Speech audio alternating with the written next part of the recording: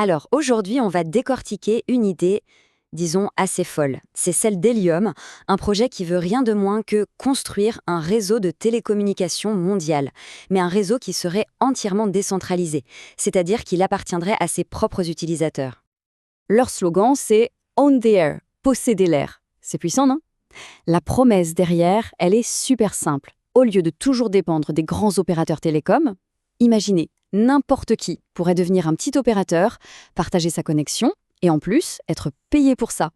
Et ça nous amène directement à la question de fond que pose Helium. La voici. Et si, tous ensemble, on pouvait construire notre propre réseau sans fil? C'est un vrai défi lancé au modèle qu'on connaît tous, celui des grands groupes. Bon, allez, on plonge dedans, voyons un peu comment ce fameux réseau du peuple est censé marcher, comment tout ça s'assemble pièce par pièce. Helium, en fait, c'est un des grands noms dans ce qu'on appelle les DIPIN. Alors, DIPIN, ça veut dire réseau d'infrastructures physiques décentralisées.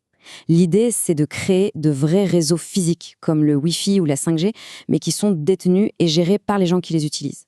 Pour faire simple, imaginez un Airbnb, mais au lieu de louer un appart, on partagerait sa connexion Internet.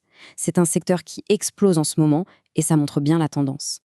Et pour participer, en théorie, c'est très simple. Première étape, on achète et on installe un petit appareil, un hotspot. Deuxième étape, ce boîtier va fournir de la couverture sans fil autour de lui, que ce soit pour des objets connectés ou pour la 5G.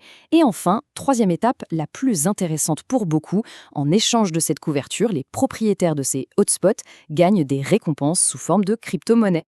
Pour que tout ça fonctionne, l'écosystème d'Helium repose sur 3 jetons. Il y a d'abord le HNT, c'est la monnaie principale de tout le système. Ensuite, on a 2 jetons spécifiques pour les récompenses. Le IoT, qui est pour le réseau des objets connectés, et le mobile, pour ceux qui participent au réseau 5G. Maintenant, pour que les entreprises, les vrais clients, puissent utiliser ce réseau, il leur faut une sorte de carburant. Et ce carburant, ce sont les data credits.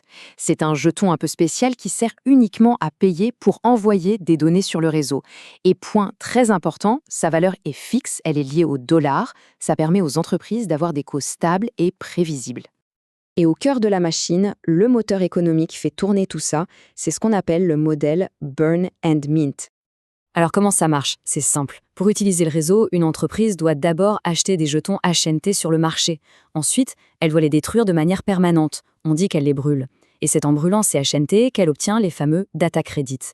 L'idée, la théorie derrière, c'est que plus le réseau est utilisé, plus on brûle de HNT, ce qui diminue le nombre de jetons en circulation et logiquement devrait soutenir sa valeur. Bon, ça c'est la théorie. Maintenant, regardons les arguments optimistes. Qu'est-ce qui pourrait vraiment faire décoller Helium? Quels sont les moteurs de sa croissance potentielle? On peut identifier 3 grands catalyseurs. D'abord, le secteur du PIN lui-même, qui est en pleine effervescence. Ensuite, il y a eu un événement économique clé, le halving. En gros, ça veut dire que la création de nouveaux jetons HNT, donc les récompenses, a été divisée par 2. Moins de nouveaux jetons, c'est moins d'inflation. Et enfin, et c'est peut-être le plus important, des partenariats stratégiques avec des poids lourds comme T-Mobile et Movistar. Et ce partenariat avec T-Mobile, ce n'est pas juste du marketing, ça a un impact très concret. Grâce à ça, Helium Mobile a pu lancer un forfait illimité aux États-Unis pour, tenez-vous bien, $5 par mois.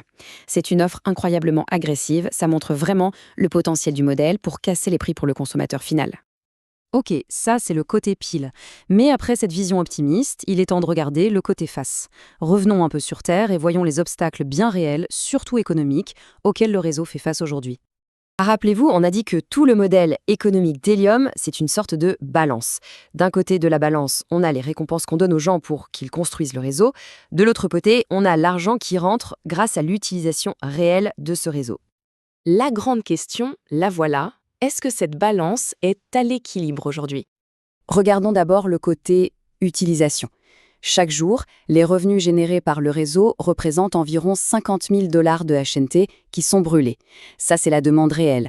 C'est l'argent que les clients payent pour utiliser le service. Et là, eh bien, l'image parle d'elle-même. Cette petite barre, c'est les $50 000 de revenus par jour. Et cette barre immense à côté, c'est la valeur des nouveaux jetons qui sont créés chaque jour pour récompenser les gens qui construisent le réseau. Le déséquilibre est colossal. On dépense beaucoup, beaucoup plus pour inciter les gens à construire le réseau qu'on ne gagne d'argent avec son utilisation. Et ce gros déséquilibre économique n'est pas le seul problème. Il y a d'autres risques importants à prendre en compte. D'abord, la concurrence est rude. Il y a d'autres projets comme World Mobile ou HiveMapper sur les rangs. Ensuite, il y a un paradoxe. Le réseau se dit décentralisé, mais pour la partie mobile, il est très dépendant d'un partenaire centralisé comme T-Mobile. Et pour finir, même si Helium a eu de bonnes nouvelles côté régulation, le flou juridique reste une menace. Alors, au final, qu'est-ce qu'on en pense? Quel est le verdict? Et surtout, sur quoi faut-il garder un œil pour voir de quel côté la balance va pencher? Eh bien, la conclusion de l'analyse, c'est ce qu'on appelle une watchlist, une liste de surveillance. En clair, ça veut dire que pour l'instant, on ne peut pas dire si c'est un futur succès ou un échec annoncé. C'est vraiment un projet à surveiller, comme le lait sur le feu. Et pour le surveiller, voici des chiffres concrets des objectifs à atteindre.